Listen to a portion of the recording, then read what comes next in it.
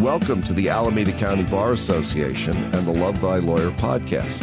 I'm Louis Goodman. Today, we welcome attorney Julie Batz to the program.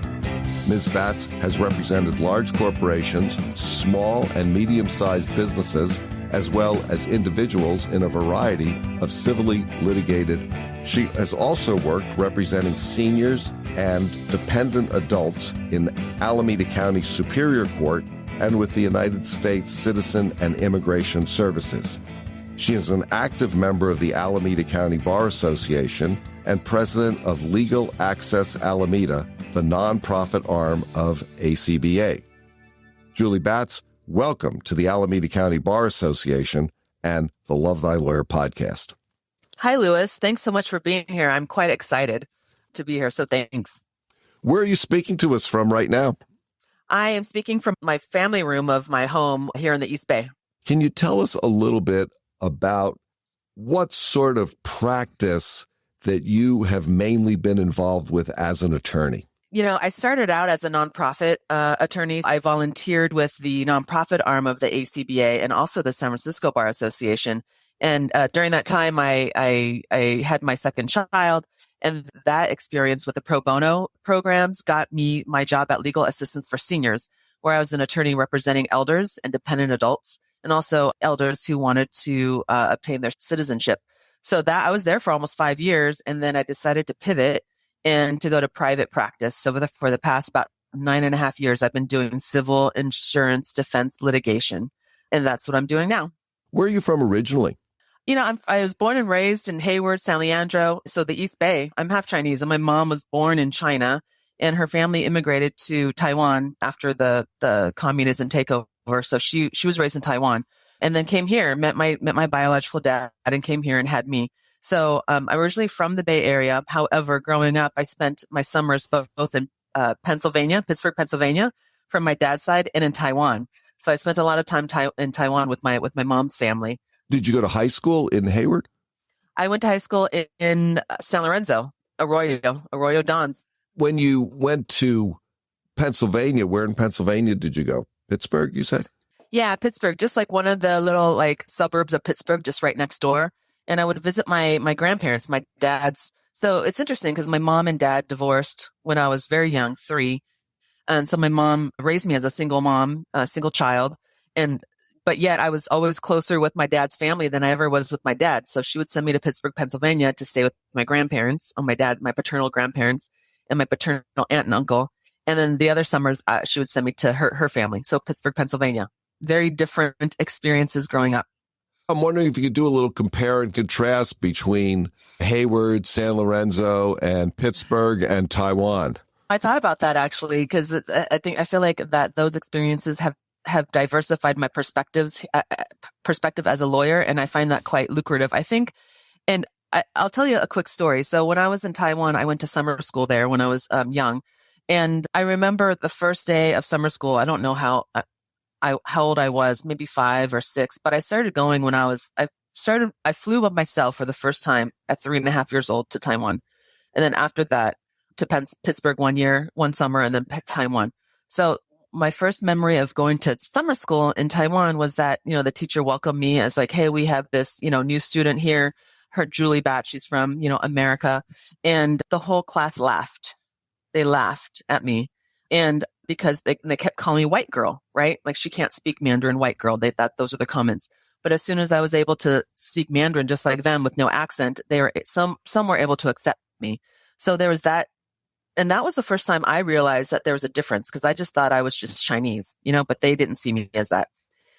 When I went to Pennsylvania, it was a very white, predominantly white middle-class neighborhood where they also were definitely not an experience quite as memorable, but also it was just the old school, play in people's yards, be out all day, mess around the neighborhood, play in the woods, and nothing cultural at all, nothing food, no night markets, just dealing with, my grandparents who, I learned a lot as far as, where my dad grew up and how he grew up in a very small house. And then San Lorenzo, I guess maybe in hindsight, it was sort of a mix because, growing up in San Leandro, there's a very large Asian population. And so I was able to speak Mandarin a lot, while I was, in the Bay Area. But yet, I guess I also didn't fit in there as well because, either I looked not quite Asian or not quite white. And so people wouldn't be able to know where to put me. And it was only after that experience in Taiwan and that summer school that it really came to the front of my mind that was actually an issue. When you graduated from high school, where'd you go to college? I went straight to UC Santa Cruz. How was that experience for you? It was great. Santa Cruz was amazing. Like the forest, the trees. I didn't realize I didn't have the traditional college experience because they don't have, sororities and fraternities or a football team, which I was not looking for. However, I remember I went from 97 to 2001 and I became a resident as an RA for a couple of years. It was so great that I would go to the beach in between classes and then go to class and then go back to the beach and, study on the beach at the boardwalk. I have very fond memories of it and being able to like hike through the forest. And one thing I remember is that was during the time that UC Santa Cruz was starting to really develop and build additional buildings. And the old gym there used to be kind of this rundown, like wood building, like just one story, very kind of smelly gym. In my second year there, they built this really great gym on top of a hill. And I remember being on a treadmill running and have this gorgeous view of like above the trees, the ocean. And I just thought, man, only Santa Cruz. This is great, nature, and I get an education. It was quite amazing. So the full banana slug experience. Including the banana slugs, yes. When you graduated from college, you ultimately went to law school. Did you take some time off or did you go straight through? I did. I took 3 years off. Law school, undergrad, UC Santa Cruz was great. It was a challenge, though. I was a bit burnt out with the educational requirements, so I needed some time off. So I took 3 years off before I took the LSAT and then went to law school. And during that time, I worked at several different insurance defense law firms as a billing clerk. And do you think that having had this sort of legal adjacent job helped you when you got to law school to be able to focus on law school and to have a sense of what it is that you wanted to do as a lawyer? I absolutely think that experience was invaluable, was priceless. Whether or not it helped me focus on law, I don't know if it helped me focus, but I think that, during my 3 years that I took off and working at 3 or 4 different firms, I was able to see attorneys and actually see what they do day to day. I never wanted to go to law school to change the world, right? I wanted to see actually, what do you do day to day? Like, is this something that I really want to do? And I got to see they aren't necessarily changing the world. Maybe their immediate community, but I think that experience made me excel faster once I became an attorney. I was definitely more well-rounded, and I just got to see more perspectives from different areas that I had been exposed to prior. Where did you go to law school? I went to San Francisco Law School, and I worked full-time as a billing clerk while I went to law school in the evenings. And I was always afraid that once I graduated and passed the bar, I would not be able to find a job. I passed the bar the first time. However, the economy was not good in 2008. So it sort of, my worst nightmare sort of happened, but yet it still worked out. Well, you did start working pretty much right away doing the senior work and the immigration work. Is that correct? Yeah. So right after I passed the bar, I just buried myself. That was the time in 2008 where I had friends that I met through Barbary and other friends from high school that went to like Hastings and who had job offers at law firms that got retracted during that time. So I'm like, well, if they can't find a job, I'm really going to, struggle.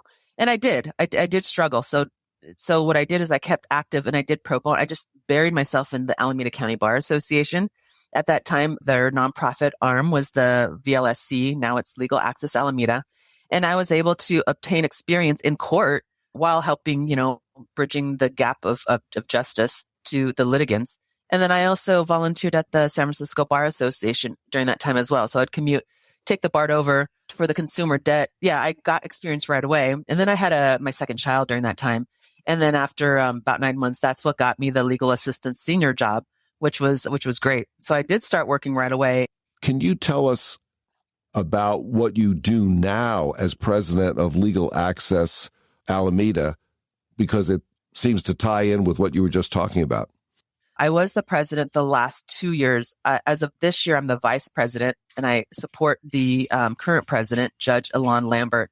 As president, you run the board meetings and you look at the financials and you approve proposals. Last year, 2023, it was very labor intensive when I was president because Tila Chalmers, who I've known since she was at, the SF bar, she retired. And so we had to replace someone who was pivotal in creating these great programs at Legal Access.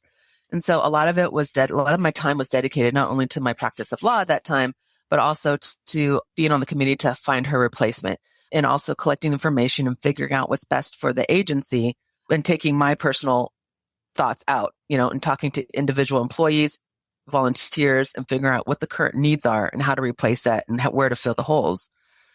What exactly does Legal Access Alameda do?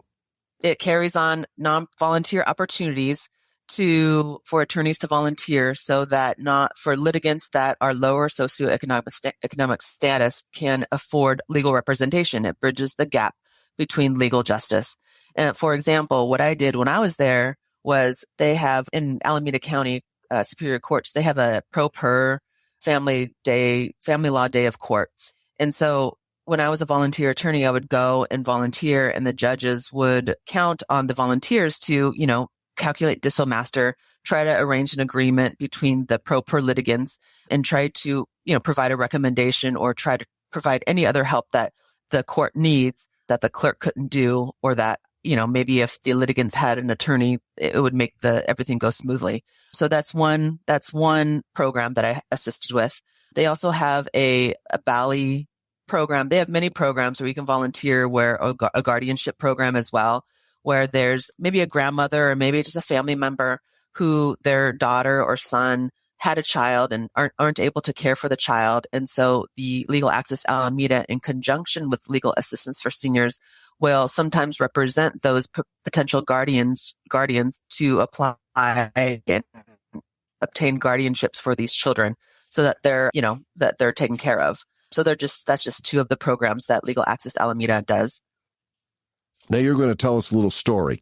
Yeah, it was that's perfect timing. So I remember when I was volunteering for the Family Law Day of Court, I was probably about, 6 months after I passed the bar. I can't remember if I was pregnant at that time. I was very, down on myself about not being able to find a job at that time.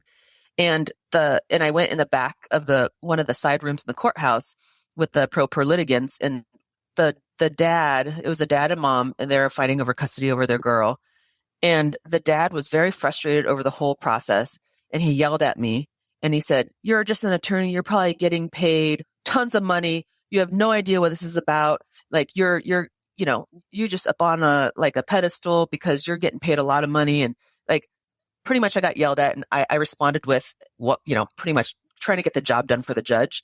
But in that moment, I thought, he has no idea that I'm a volunteer attorney struggling in my own way, trying to find my own career, and I don't expect him to understand. And so as much as I feel like I'm suffering or I'm struggling, some other people are struggling so much, even more, with the fundamentals of life that I can't even understand. And so as much as I can't understand their situation, I need to put my feelings aside and say, I'm here to do this job. And he didn't need to know my payment status or anything. I just took it and realized there are people more in need than me.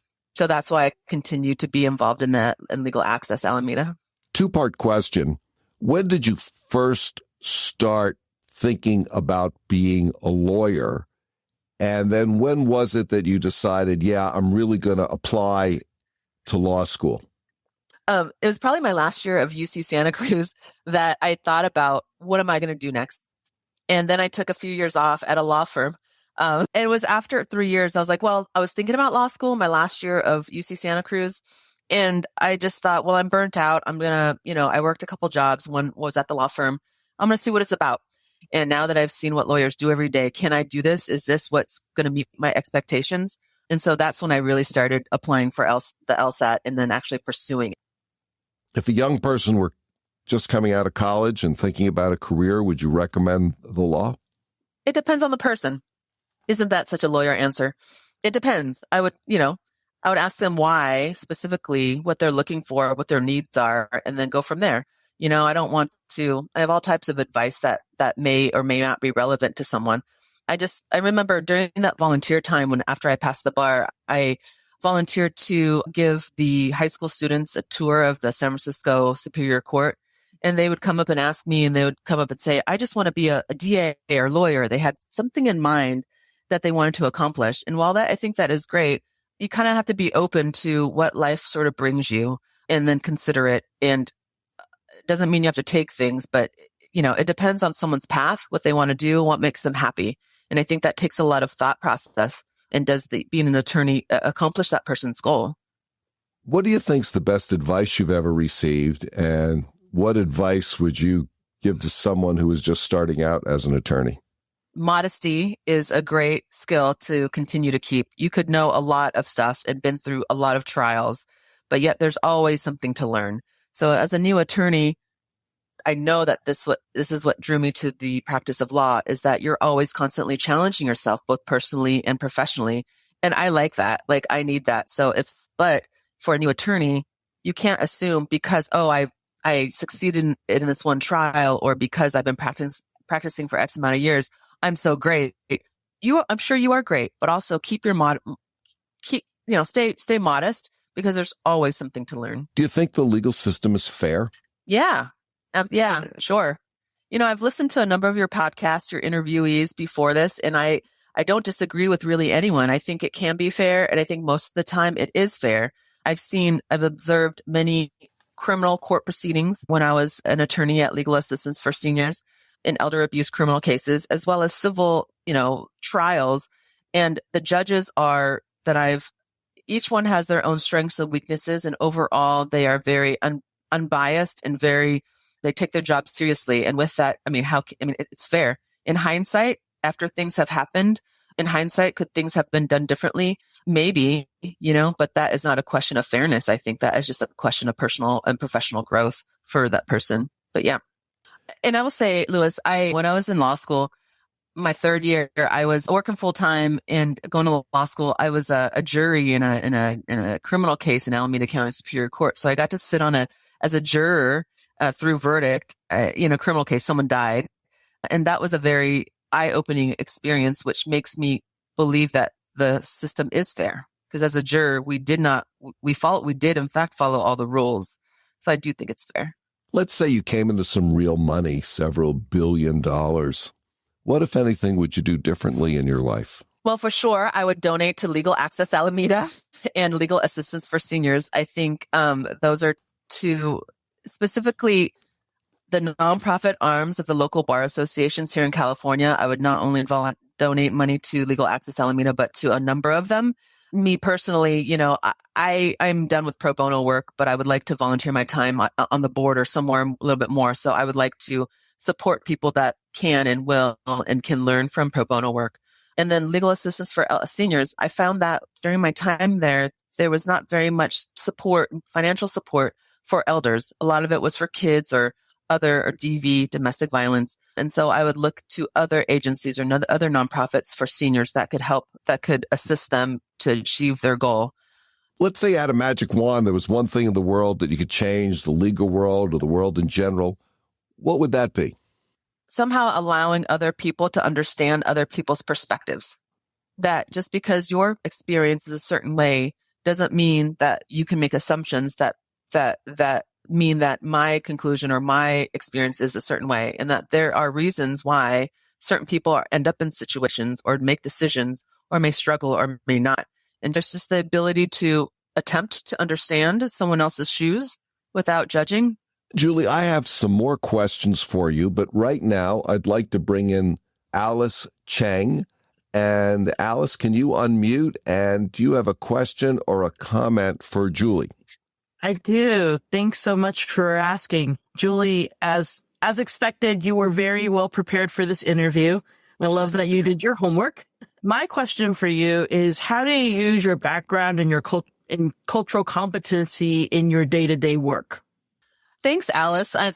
Thanks for joining. I'm glad to see a familiar face. It's warms my heart for real. I think about this question a lot, and I think that it my application of my cultural background and my perspective changes based on the situation. I think if I'm representing, let's say, a Chinese landlord and they speak Mandarin, I may start speaking Mandarin so they feel comfortable. So like just factually, just, conversationally, I may do that. I may, or even a landlord or a homeowner who is being sued, even though they're not Chinese, but maybe just from another country, and this is their retirement, whatever. I tend to share my background because there could be a lot of assumptions whenever you look at someone, not me, just anyone. So I tell them, look, I understand that this is the position, this is where I'm coming from, take it or leave it, but I'm here to protect your interests, and I do not paint with a broad brush. Just like with kids, and you raise kids, both of my girls are quite different. And if I were to do the same, paint with a broad brush with both of them, it would not be good. And I tell my clients the same thing. And I think that's what the cultural background and my different perspectives bring, is that each client may need different brushes and different perspectives, and maybe some things that I don't understand, but I can at least listen to them and then go from there. So I think that is probably the strongest probably skill that I bring. Thanks, Alice. Thank you, Alice. I'm going to have some more time to ask Julie a few more questions. Let's do it. Julie, you've been around for a while. What mistakes do you think lawyers make? I don't know if it's mistakes. I think it's a learning curve. I think mistakes for me a lot of times is assuming someone's position when I don't know the facts. I assume adverse counsel is doing something intentionally, and that in fact is not true. And I've had that come on the opposite side too. So I think mistakes is just because you assume certain things, like you have to ask questions to get the facts of why someone is someone intentionally trying to play games, or are they not? You can't assume that. How do you define success? I always thought that success meant I contributed to my community and was able to see the impact of that person carrying that on. And so that for me is the definition of success. That, and also being able to take care of your daily money, and, as long as all those things aren't to your detriment or your family's detriment, that is success. Is there someone, living or dead, who you'd like to meet? My maternal grandmother, my mom's popo, and there's many other famous people dead and alive I wish I had lots of time to ask questions to and talk with. But I think that with my mom's popo, she bound her feet.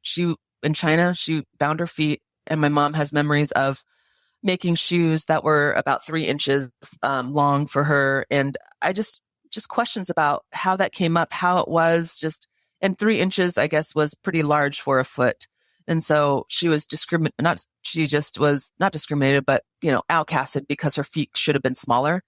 And so specifically how that came about, how she felt, how much pain was it in?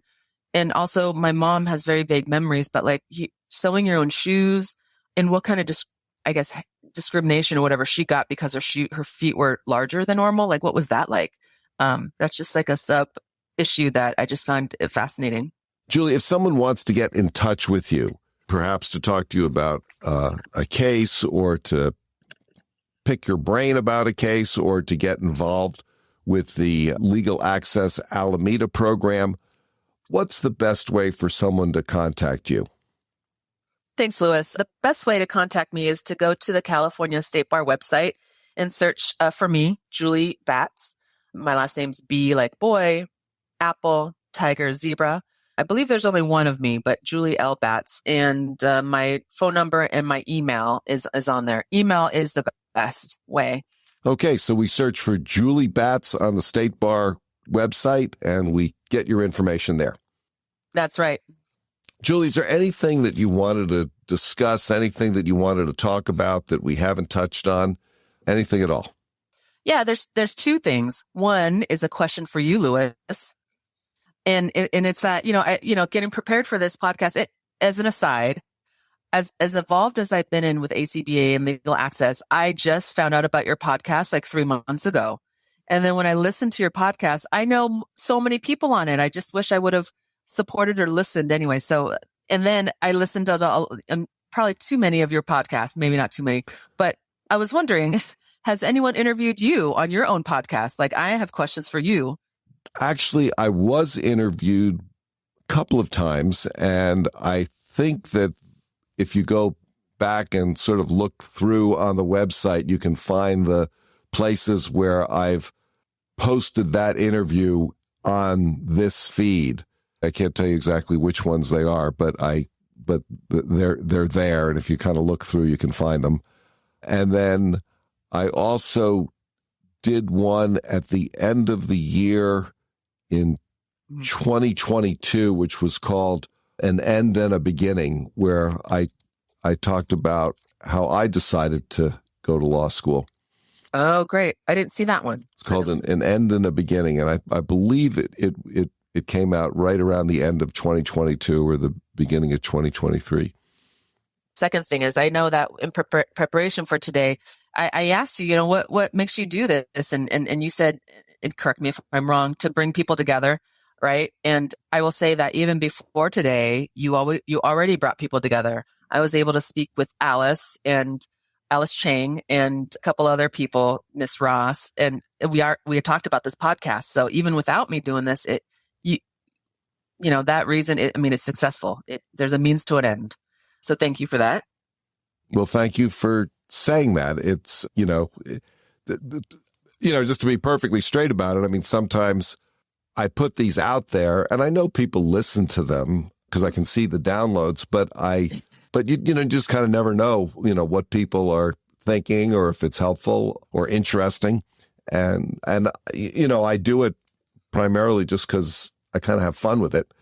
And so seeing a smile on your face, I can see that. I love that. Yeah. So and that's the impact, and you don't know the impact that you have on other people. So that's why it's important for you to be like, no, there's an impact, Louis. And then I have one other thing. So I have a quick story that I found uplifting throughout my career. So when I got sworn into the bar, sworn in as a licensed attorney in California back in 2008, it was December 1st, 2008. I was in that big room I think it was the Marriott over on 10th and Broadway, the same place I took the bar. Huge room. I think there was three judges, one justice, or maybe three justices sworn, like several hundred people in. And it was 2008. The economy, was not great. And the one justice, and I wish I couldn't find his name, but this has given me hope throughout the 15 years or so. He said, I know this is a bad economy, and I know that, a lot of you may be nervous about what your path or what you're going to do next. But I have to say that whenever I graduated and passed the bar, which was, I forget what year he said the economy was similarly in a situation, and I had the same reservations. And the advice that I have to all of you is that each of you will find your path. You may not think so now, but you will find your path. And I didn't believe him when that happened. But 15 years later, it is so true. Each of you will find your path, whether it be something that you expected to experience or not. You just really have to take life as it goes and make the best decision in front of you. I didn't think I'd be a nonprofit attorney for 5 years and then private. I thought it'd be the opposite. I'm so glad that it worked out that way. And if I can give advice or any hope or any sort of, whisper to anyone listening, it'd be that you will find your path as well. And I wish I could quote the justice's name because he's the one that deserves the credit.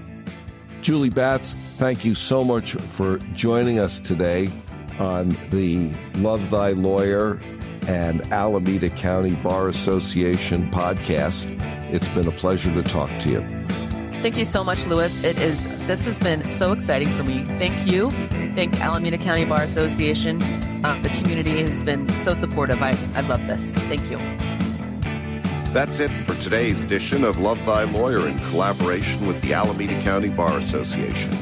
Please visit the lovethylawyer.com website where you can find links to all of our episodes.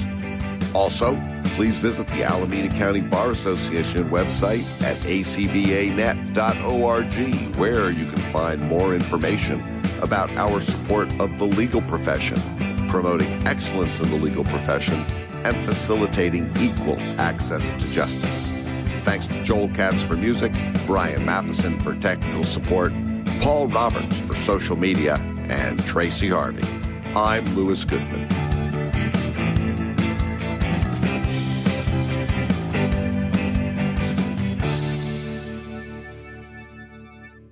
I was never one of those people that wanted to be a lawyer from the get-go. I just wanted to feed penguins, and I still just want to seed penguins.